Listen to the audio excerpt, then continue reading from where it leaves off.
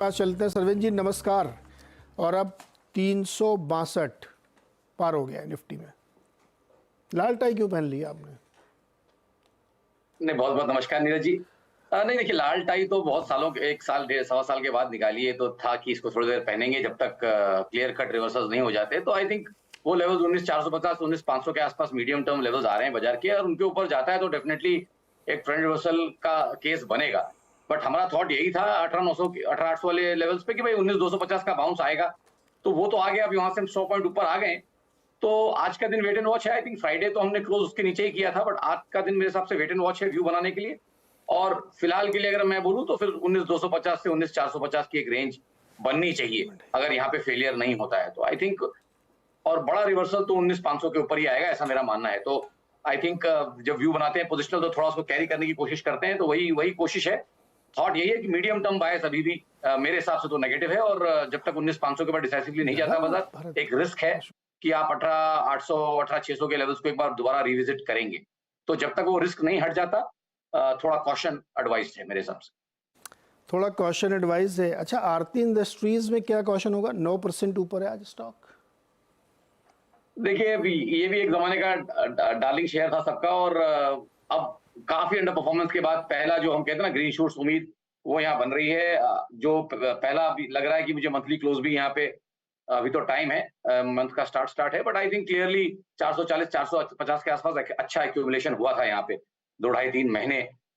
उस एरियाज के आसपास अच्छी बाइंग हुई है, तो आई थिंक वो उसी उसी हिसाब से आपको एक अच्छा मूव आता हुआ दिख रहा है। यहाँ पे मुझे लगता है कि आपको ऊपर में तकरीबन 550 560 के स्तर भी आते हुए दिखेंगे। वहां पे इंपॉर्टेंट लेवल्स हैं, और उनके ऊपर आई थिंक इसका बड़ा ट्रेंड पलटेगा और अपना लॉन्ग टर्म एवरेज भी वहां पे क्रॉस करेगा। उससे थोड़ा पहले ही कर लेगा, बट मेरे हिसाब से यहाँ से 550 560 पॉसिबल है, एज लॉन्ग एज कि आज का जो गैप अप एरिया है इसको होल्ड करता है। तो आई थिंक 460 470 पे सपोर्ट्स हैं, और 550 560 तक जा सकता है। चलिए सवाल जवाब लेते हैं फटाफट। संदीप चौहान हमारे साथ जुड़ रहे हैं नोएडा से। संदीप जी नमस्कार, बताइए सर सवाल। सर नमस्कार सर।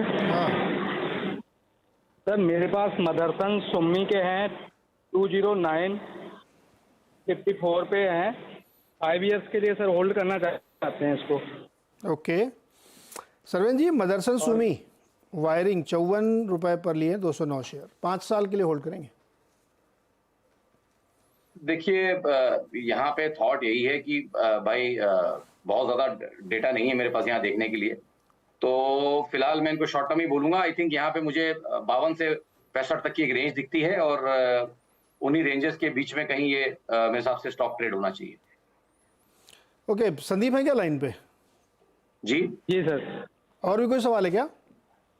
यस सर, जल्दी बताइए। और दूसरा सर मेरा है कैंपस एक्टिव बियर का है 292 पे 100 शेयर, और एक बैंक ऑफ इंडिया का है 200 शेयर हैं 84 पे सर। ओके सर, ये लॉन्ग टर्म के quick call. Bank of India 84 पे है 200 शेयर।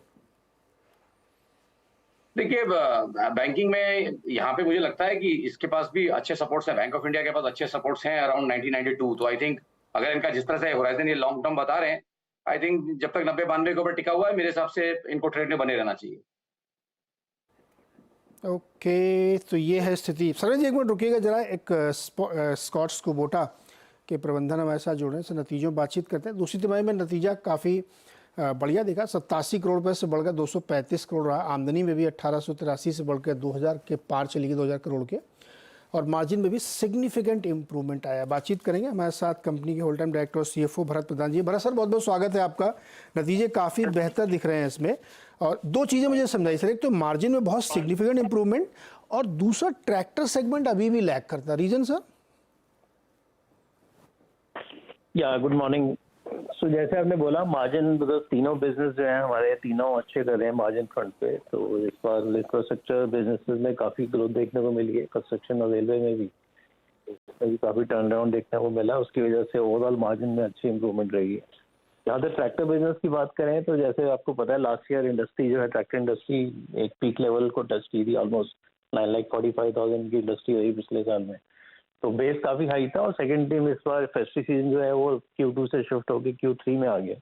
तो जो पिछली बार नवरात्रा, दशहरा, दिवाली फेस्टिवल थे वो सितंबर अक्टूबर में थे, वो इस बार अक्टूबर नवंबर में है, तो इसलिए 2 महीने में डिवाइड हो गए, सेकंड क्वार्टर थर्ड क्वार्टर में भी। तो इसलिए Q2 के नंबर थोड़े सॉफ्ट रहे हैं, but I think third quarter में हमें थोड़ी ग्रोथ देखने को मिलेगी ट्रैक्टर इंडस्ट्री में भी। सर क्या फेस्टिवल के मतलब को ध्यान में रखते हुए ट्रैक्टर की बिक्री भी बढ़ती घटती है? जी यहाँ तो कुछ ऑस्पिशियस दिन है, बिकॉज रूरल मार्केट में ये दिन काफी ऑस्पिशियस होते हैं डिलीवरीज के लिए, तो रिटेल सेल काफी स्ट्रांग रहती है इन पीरियड्स में।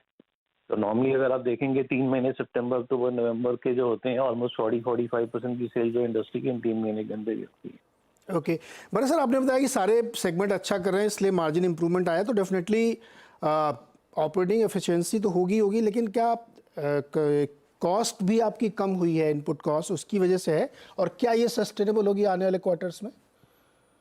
या तो अगर आप मटेरियल कॉस्ट का देखें तो ऑलमोस्ट 4% का इम्प्रूवमेंट जो है मटेरियल कॉस्ट में देखा है। ऑब्वियसली इसके 3 फैक्टर हैं। एक तो कमोडिटी प्राइसेस जो हैं वो सॉफ्ट हो रहे हैं, तो उसकी वजह से हमारा 1.5 से 2% का इम्प्रूवमेंट मार्जिन में आने को आया अक्रॉस ऑल 3 वर्टिकल। दूसरा, हमने कुछ प्राइस इंक्रीज लिए थे मार्केट में, ट्रैक्टर इंडस्ट्री में भी। तो फर्स्ट क्वार्टर में भी हमने एक प्राइस इंक्रीज लिया था, और सेकेंड क्वार्टर में सितंबर में मिडल सितंबर से हमने एक और प्राइस इंक्रीज लिया था। तो 1-1.5% का इंक्रीज जो है प्राइस की वजह से भी है।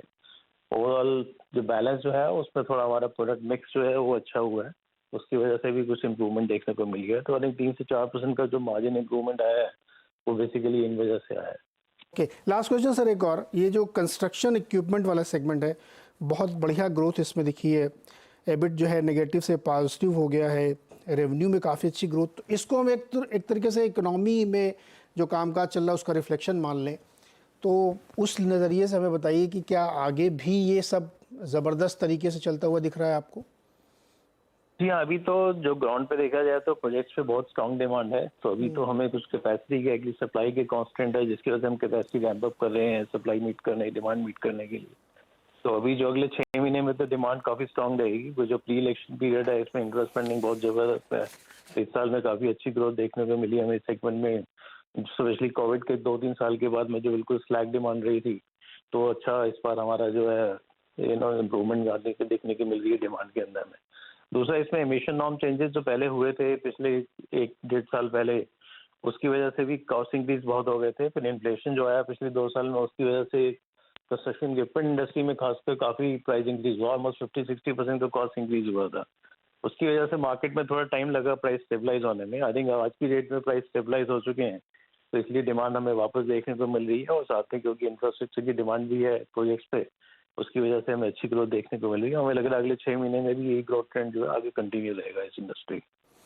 वैसे भी सर बहुत सारी कंस्ट्रक्शन साइट पे स्कॉट्स के सब दिखते हैं, इक्विपमेंट क्रेन वगैरह, ये सब बहुत ज़बरदस्त तरीके से। आशु सर बहुत बहुत शुक्रिया हमारे साथ जुड़ने के लिए, और सारे सेगमेंट में अच्छे नतीजे और इम्प्रूवमेंट, साथ ही ट्रैक्टर वाला जो थोड़ा सा नरम है वो आने वाले क्वार्टर्स में सुधरता हुआ दिखे, क्योंकि ऑस्पिशियस डेज में लोग ट्रैक्टर वगैरह खरीदते हैं। तो स्कॉट्स कुबोटा 6 महीने में 46% की रैली है स्टॉक में। सरवीन जी वापस आते हैं अपने सवाल जवाब के सिलसिले में। अनुज गुप्ता हमारे साथ जुड़ रहे हैं जयपुर राजस्थान से। अनुज जी नमस्कार, बताइए सर। सर मेरे पास इमेजिका के 5000 शेयर्स है 4750 पे, 47.50, और एचबीएल पावर के 500 शेयर्स हैं 289 पे। ओके, एचबीएल पावर के जो रिजल्ट भी आए हैं बहुत धांसू रिजल्ट है, स्टॉक में तेजी भी है। इमेजिका में देखते हैं, पहले एक बताइए एचबीएल पावर में सरवीन जी।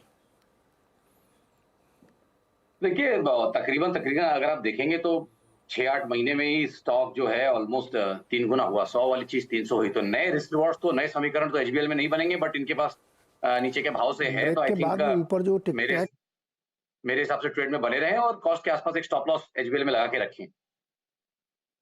ओके, और सरवीन जी इमेजिका पे कोई राय दे पाएंगे? जी देखिए, डेटा तो इसमें कम है, बट ठीक ठाक है। जहां से बॉटम बना के चला है वहां से थोड़ी क्लैरिटी है। एक अच्छा रैली, एक अच्छा मूव यहाँ पे डेवलप हो चुका है ऑलरेडी, और यहाँ पे भी देखिए स्टॉक काफी अच्छा परफॉर्मेंस कर चुका है। नीचे में अगर आप इसके लेवल्स देखें तो तकरीबन 5-6 रुपए वाली चीज ऊपर में आपको 60, ऑलमोस्ट 60 का हाई करके आई है, 65 का हाई करके आई है। अच्छे रिटर्न आ चुके हैं यहाँ पे।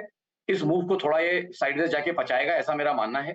तो अगर ये 3 से 6 महीना इसको पेशेंस से होल्ड करना चाहें तो एक रेंज रहेगी मेरे हिसाब से मोटा मोटी अराउंड 40-41 से लेके ऊपर में 50-52 तक की एक रेंज रहेगी। उस रेंज में 3-6 महीने मुझे लगता है ये एक टाइम स्पेंड करेगा। उसके बाद नेक्स्ट लेग इसका जो भी अनफोल्ड होगा ऊपर या नीचे तो उसको देखेंगे, बट मोस्टली सेटअप्स अच्छे लग रहे हैं।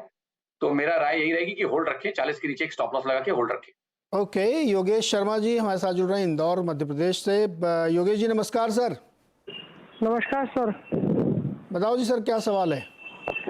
सर मेरे पास टाटा स्टील के 350 शेयर्स है 126 के रेट पे, और लॉन्ग टाइम के लिए मैं रख सकता हूँ इसको, एटलीस्ट 10-15 साल तक के लिए। 10-15 साल सरवेन जी, टाटा स्टील 126 पे लिया है, 10-15 साल तक रख सकते हैं, कोई दिक्कत नहीं। अब आप देखो लंबा वाला चार्ट। नहीं, बिल्कुल आराम से होल्ड करें। अच्छा शेयर है, और अगर 10-15 साल होल्ड करना है तो आराम से होल्ड करें। पैसे भी इनके ठीक ठाक बनते रहेंगे और डिविडेंड्स भी इनको ठीक ठाक आते रहेंगे। तो टाटा स्टील में तो कोई दो राय नहीं है। अगर उस तरह का टाइम फ्रेम है इनके पास तो होल्ड करके रखिए टाटा स्टील। 10-15 साल है तो कोई दिक्कत ही नहीं है। आप तो इस बीच में 2 साइकिल मेटल की झेल लोगे। अगला सवाल है शिवाजी चौधरी मुंबई से। शिवाजी नमस्कार सर, बताइए। नमस्कार जी। ये मेरे पास भारत रसायन है 5 शेयर्स 9722 के रेट से। 9722। और सरवेन जी भारत रसायन देखेंगे? जी, देखिए बहुत रेगुलर वाला चीज तो नहीं है ये, बट जितना इसको मैं देख पा रहा हूँ काफी बढ़िया एक करेक्शन यहाँ पे मुझे लगता है, मल्टी क्वार्टर करेक्शन यहाँ पे एक पूरा है। ऊपर में आई थिंक 15,000 तक गया था और अब ऑलमोस्ट आधे तक का करेक्शन, 50% ऊपर से करेक्शन है और मल्टी मंथ मल्टी क्वार्टर है। तो आई थिंक इतना टाइम अगर इन्होंने दिया है तो मेरे हिसाब से होल्ड रखें यहाँ पे, और 8,200 के नीचे अगर एक स्टॉप लॉस लगा सकें प्रोटेक्टिव तो अच्छा रहेगा। बट फिलहाल इन इतने बड़े करेक्शन और इतने टाइम वाइज और प्राइस वाइज करेक्शन के बाद मैं इनको यहाँ से बेच रहे तो नहीं बोल सकता। तो मेरे हिसाब से ट्रेड में बने रहे। चौधरी साहब और भी कोई सवाल है क्या? अदानी विल्मर है सर मेरे पास 200 350। 350 पे 200 अडानी विल्मर। सरवेन जी इसका चार्ट बहुत लंबा नहीं होगा, लेकिन जितना लंबा है उसी के हिसाब से बता दीजिए। नहीं देखिए, इस पे बहुत कोई स्ट्रांग ओपिनियन नहीं है, और ये सेटअप वही है कि कभी सर्किट अप सर्किट डाउन वाला स्टॉक है। आई थिंक मोटा मोटी मैं इनको रेंज बताऊंगा। मुझे फिलहाल जो लग रहा है वो तकरीबन एक 290-300 डाउन साइड, और ऊपर में बहुत ज्यादा गया तो 350-360। एक रेंज बाउंड मूव के अलावा मुझे यहाँ पे ज्यादा कोई स्ट्रांग ओपिनियन नहीं है। रेंज बाउंड रहेगा 350-360 की अपर साइड की रेंज है। अगला सवाल राहुल प्रजापति, उन्नाव उत्तर प्रदेश। राहुल जी बताइए। हेलो नमस्कार सर। जी नमस्कार जी सर, मेरा सवाल है, मेरे पास लक्ष्मी ऑर्गेनिक्स के शेयर है 260 रुपए के भाव पे 370 शेयर। हाँ। तो इस पे थोड़ा 6 मंथ का व्यू चाहते हैं। 260 पे लिए, 277 चल रहा है। सरवेन जी लक्ष्मी ऑर्गेनिक्स। जी देखिए, 6 महीने का जो व्यू लेते हैं तो थोड़ा सा हाथ बांध देते हैं, बट उतना इसमें अगर आप डेटा देखें तो आई थिंक 21 के बाद ही डेटा है, और मोटा मोटी सितंबर 21 के टॉप के बाद से करेक्ट हो ही रहा है। जहां मार्केट ने इतना परफॉर्म किया, आई थिंक ये स्टॉक एक रैंक अंडर परफॉर्मर रहा है। Multi month multi quarter correction यहाँ भी पूरा लग रहा है। तो आई थिंक जो रिसेंट हमने लोज रखे, उन लोज को मानते हुए कि भाई वो लोज वायलेट नहीं होंगे। अराउंड 250 के नीचे जो लेवल्स अभी हमने रखे हैं, अराउंड 245-250 के, जब तक उसके नीचे जाके बंद नहीं करता है तब तक आई थिंक ट्रेड में बने रहे। और ऊपर में मुझे लगता है कि जो बेस्ट केसेस का रहा है लास्ट 52 हफ्तों का, वो तकरीबन 320 के आसपास रहा है। तो 320 का लक्ष्य समझ के चलें, और कहीं इसमें एक नीचे स्टॉप लॉस लगा के चले 245 के नीचे। ओके, ये राय बनती हुई दिख रही है आपके लिए लक्ष्मी ऑर्गेनिक्स में। भाई इस तरह से ध्यान रखिए। और एक सवाल मुझे ये बताइए सरवेन जी, नतीजों पे हालांकि उसकी वजह से बहुत रिएक्शन होता है, लेकिन चार्ट पे तो डेफिनेटली वो बन जाते हैं। सीमेंट में आपने देखा होगा तो अल्ट्राटेक के नतीजे बहुत अच्छे थे, जेके सीमेंट के नतीजे बहुत अच्छे हैं, और स्टॉक 8% ऊपर है 3410 रुपये पे। चार्ट पे क्या इससे इशारे मिल रहे हैं? देखिए, अल्ट्राटेक भी इसने एक बड़ी रेंज ट्रेड की है, और आई थिंक मोटा मोटी ऊपर में 87-8800 तक गया था, और उसके बाद से एक गिरावट दिखी 8200 तक। तो मुझे फिलहाल अल्ट्राटेक में तो यही लग रहा है कि 8200 से लेके कहीं इसकी 8800 तक एक रेंज रहेगी, जब तक उसको क्लियरली थोड़ा उस रेंज में थोड़ा टाइम बिताएगा, और उसके बाद नेक्स्ट लेग अनफोल्ड होगा, ऐसा मेरा मानना है। तो फिलहाल अल्ट्राटेक में तो रेंज बाउंड मूव का मेरा ध्यान है। और जहां तक रही जेके सीमेंट की बात, वहां मेरा थॉट ये है कि भाई काफी चला हुआ स्टॉक है और इस मूव में परफॉर्म नहीं कर पाया है। विच मीन्स नवंबर 21 का इसका हाई है और उसके बाद से नया हाई नहीं रख पाया है।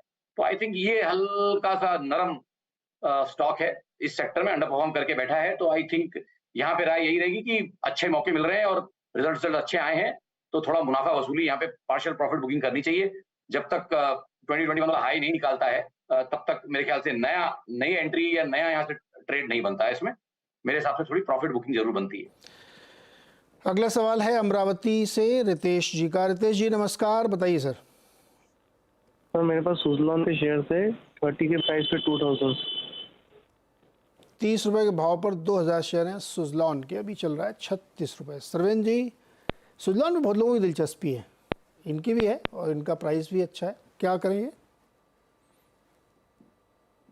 नहीं नीरज जी, देखिए ये भी एक जमाने में डार्लिंग रहा है, बहुत सारे लोग इसमें हैं और ये स्टॉक भी देखिए चल रहा है तो T2T में 5% सर्किट में ही चलते जाता है। तो अब बहुत स्ट्रॉन्ग कोई यहाँ राय नहीं, ओपिनियन नहीं है, तो मैं पास करना चाहूंगा। ओके, अगला सवाल लेते हैं राहुल कुमार जी का, जो दिल्ली से जुड़ रहा है हमारे साथ। राहुल जी नमस्कार, बताइए। ओके, राहुल जी का फ़ोन डिसकनेक्ट हो गया है, तो हमारे पास सवालों की कमी नहीं है। अगला सवाल लोग जानना चाहते हैं बैंक ऑफ बड़ौदा पे। स्टॉक 4% नीचे, नतीजे आए थे मिक्स बैग थे, थोड़ा से एसेट क्वालिटी में इश्यूज थे, 196 पे चल रहा है। सर जी, बहुत लोग फेवरेट थे इस पे, बहुत लोगों को पसंद था बैंक ऑफ बड़ौदा, आपको भी अच्छा लग रहा है क्या? नहीं, बहुत अच्छा लगता था, हमने शोज पे इसको पहले डिस्कस भी किया हुआ है, लेकिन वो अच्छे लगने वाले भाव सब 100-150 के बीच के भाव थे, जहां PSU बैंकिंग स्पेस में और PSU इंडेक्स में ऐसा लग रहा था कि बैंक निफ्टी को आउट परफॉर्म करेगा, और हमने इस पे बहुत डिटेल में चर्चा की थी तकरीबन 9-10 महीने पहले। तो थॉट यहाँ पे यही है कि अब काफी अच्छा चला हुआ है और एक साइडवेज कंसोलिडेशन में जाएगा। पिछला जो मूव है जो 100 रुपए से लेके तकरीबन 200 तक गया, उस मूव को ये पचाएगा। तो मेरे हिसाब से नीचे में मुझे जो दिखता है वो मुझे दिखता है कि 170 तक की जगह खुली हुई है, और ऊपर में तो मैंने जैसे बोला 210-220 इन दायरों में रहेगा, 3-6 महीने बिताएगा। काफी चला हुआ स्पेस और सेक्टर है, इसको थोड़ा टाइम लगेगा, उसके बाद चलेगा। तो 175 से 220 के दायरे में रहेगा, अभी बीच में खड़ा एकदम, तो अब उसी हिसाब से आपको अपनी पोजीशन बनानी है। चलिए एक छोटा सा ब्रेक, और ब्रेक के बाद कुछ और सवाल जवाब और कुछ एक बहुत दिलचस्प आपको बातचीत भी सुनाएंगे।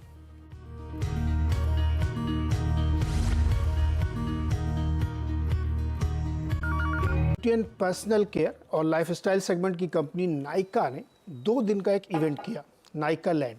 इस इवेंट के तहत कंपनी अपने ब्रांड्स और फैशन प्रोडक्ट को उसने शोकेस किया। इस मौके पर कंपनी के CEO अंचित नायर ने कहा कि ब्यूटी सेगमेंट में अभी लोगों का खर्च काफ़ी कम है, लेकिन जो बढ़ेगा आगे जाते हुए। इस सेगमेंट में आगे काफ़ी बेहतरीन ग्रोथ भी देखने को मिलेगी। अंचित नायर से खास बातचीत की हमारी संवाददाता शिप्रा राणा ने। दोस्तों, मेरा नाम है शिप्रा और आप देख रहे हैं CNBC आवाज़, और हम जुड़ चुके हैं अंचित नायर के साथ। आप अपने नाइका इन्वेस्टर्स को क्या कहना चाहेंगे? देखो, हमारे इन्वेस्टर्स वो हमारे लिए बहुत कुछ करते हैं, और इट्स आवर रिस्पॉन्सिबिलिटी कि हम उनके लिए भी हम इस बिज़नेस बनाएं। और हम सोचते हैं कि अगर हम कस्टमर के लिए पहले सोचते हैं, then investors will be happy. So for us this is not a short term business, this is a many decades long business, and if we do right for you and for people like you, customers of ours, then our investors will be happy. देखा जाए तो नाइका एक ऐसा platform है जहाँ पे बहुत सारे ब्रांड्स कोलैबोरेट करें, बट नाइका का खुद का भी ब्रांड है, तो definitely there is a internal competition. तो आप उसका स्ट्रैटेजीज क्या है उसके लिए? No, there is no competition. I think if you look at the beauty market globally, you'll see that a lot of beauty retailers have their own brands. But it's very important that you work with your own brands in the same way that you work with your third-party brand partners. And at Nykaa, there is no preferential treatment. All brands have an equal right to win on our platform. And that reflects in our numbers. If you take a look at our numbers, you'll understand that all of our brands have an equal right to win. And BPC increase कर रहा है, body and personal care sector, और बहुत सारे new brands भी आ रहे हैं, competition बढ़ता जा रहा है, तो उसमें आपका USP क्या है? No, I think as you said, you know, अगर और ब्रांड आएंगे कंट्री में तो ये हमारे लिए अच्छा है, because we are a retailer. We are not a single brand, we're a retailer. The more brands, the more global brands, the better it is for us, because we can then offer to our customers many more options than they've had in the past. Mamaearth is not a platform. Mamaearth is a brand. Okay. And I think it's a sign that there is a lot of opportunity in this market. It's very, very young. India has the lowest per capita consumption of beauty in the world, which means this is going to continue to grow. And we've been in this business for 10 years. We've learned a lot. It'll take time for others to get to our level of execution and learning. तो ये थे नायका के CEO Anchit Nair. सरवेन जी, नायका का share कैसा लगता है आपको? आपने तो अभी इंटरव्यू भी सुन लिया। जी नीरज जी, माफी चाहूंगा, यहाँ लाइट चली गई है, बट या आई होप आप मुझे सुन पा रहे हैं। हाँ, मैं सुन भी पा रहा हूँ, देख भी पा रहा हूँ। जी, नायका में देखिए बहुत बढ़िया सेटअप सब बनने लगे हैं। जब से लिस्ट हुआ तब से गिर ही रहा था, बट उसके बाद 120 के आसपास जो इसने सपोर्ट लिया और बढ़िया सपोर्ट लिया, और आई थिंक अब वहां से अच्छा है कि रैली डेवलप हो रहा है। ज्यादा स्ट्रेंथ इसको ऐड करने के लिए आई थिंक इसको 155 158 के ऊपर जाना पड़ेगा, जहां पे ये फरवरी के बाद से थोड़ा स्टॉल कर रहा है। 3-4 हाईज अगर आप देखेंगे फरवरी 23 के बाद से उन एरियाज में है, तो आई थिंक 158 160 के ऊपर जब क्लोज आ जाएगा, आई थिंक नया ट्रैक्शन उसमें वहां से आ जाएगा। बट ये जब से लिस्ट हुआ है गिरते गिरते लग रहा है कि संभल गया है, और अब यहाँ से एक medium to long term up trend यहाँ पे शुरुआत हो सकती है। परफेक्ट। ये है नायका का शेयर, उसके मैनेजमेंट की कमेंट्री और सरवेन जी की राय। सरवेन जी, बहुत बहुत शुक्रिया हमारे साथ जुड़ने के लिए और लोगों की मदद करने के लिए। फटाफट एक छोटा सा ब्रेक के बाद देखिए आप खिलाड़ी नंबर 1।